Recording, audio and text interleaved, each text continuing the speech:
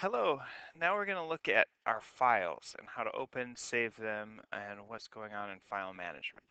So first, we're going to take a look at our Raspberry Pi. When we open up a Raspberry Pi, it's going to look like this. We've talked about how to open up Thani, and we can do that like this. We've talked about using the command line, but we haven't really talked about the file manager here. So if you click up the file manager, uh, home and .py is where most of the stuff that we're going to be dealing with is. So if we want to create a file, and I want everybody to click and create a folder, and let's name this folder whatever your name is. This will help us if you lose your disk to find whose disk it is. So I'm just going to put Mr. Heeb on here, and it's nice if there's no space in between. A lot of times people put an underscore between one or another. It helps when we are working with this in our command line. All right, so now I have Mr. Heeb. Now I can go into Mr. Heeb, and it has nothing there.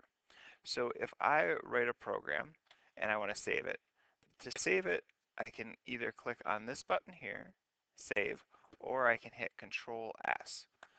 If I hit save, uh, if we're not in the right folder, we can go, mine is on home.py, and I'm going to go to Mr. Heeb, click on it, and then I'm going to name this first program, and then hit save, and now I've saved. If I want to access it again, I can hit open and make sure I go to that same place, Mr. Heeb, and then there's the program. So I just double click on that.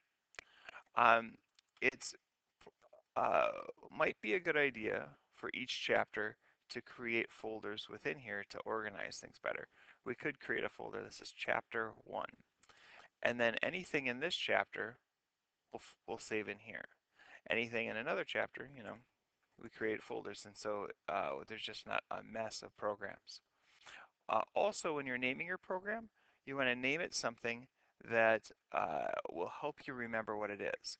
A lot of times, students will name something like AA, and then they come back the next day and forget, or sometimes a month later they'll try to remember what they wrote, and they just can't remember what it is.